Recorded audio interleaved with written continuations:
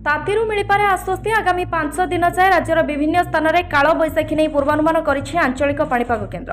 काल बैशाखी वर्षा फल दिन में खरा जो ताऊ देखाउथिला सेथुरु किछिटा आश्वस्ति मिलिपारे। 3 ରୁ 5 डिग्री पर्यंत कमिपारे दिनर तापमात्रा।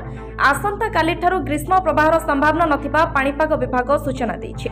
सेपरि 7 और 8 तारिख में काल बैशाखी प्रभाव अधिक रहब। एथिलागि 6 ରୁ 8 तारिख मध्य समुद्र को न जिबा लागि मत्स्यजीवी को सतर्क सूचना जारी होइछि।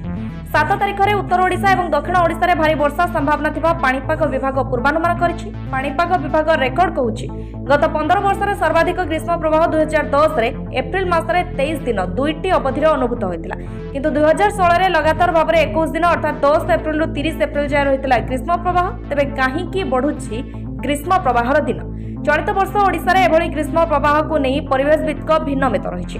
ग्रीष्म दिन में ओडिशा मध्य को उत्तर पश्चिम दिगରୁ उत्तप्त वायु प्रवाह, समुद्र मध्यରୁ स्थल भाग को वायु प्रवाहित नहेबा, आंटी साइक्लोनिक प्रक्रिया, राज्यर विभिन्न जंगल में लगिथिबा नियारू बाहुथुबा उत्तप्त पवन होउछि राज्य में ग्रीष्म प्रवाह दिन वृद्धि हेबार प्रमुख कारण।